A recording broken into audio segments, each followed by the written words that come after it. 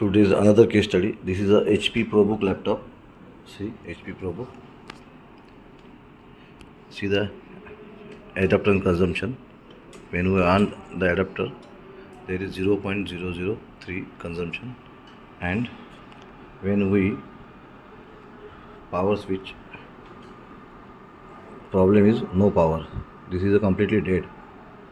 This is not short dead, but no power. Let's open and see what happened. HP ProBook. We replace the charging IC in this laptop. There is an issue in charging IC. Let's say laptop is on now, taking an ampere. We replace this charging IC.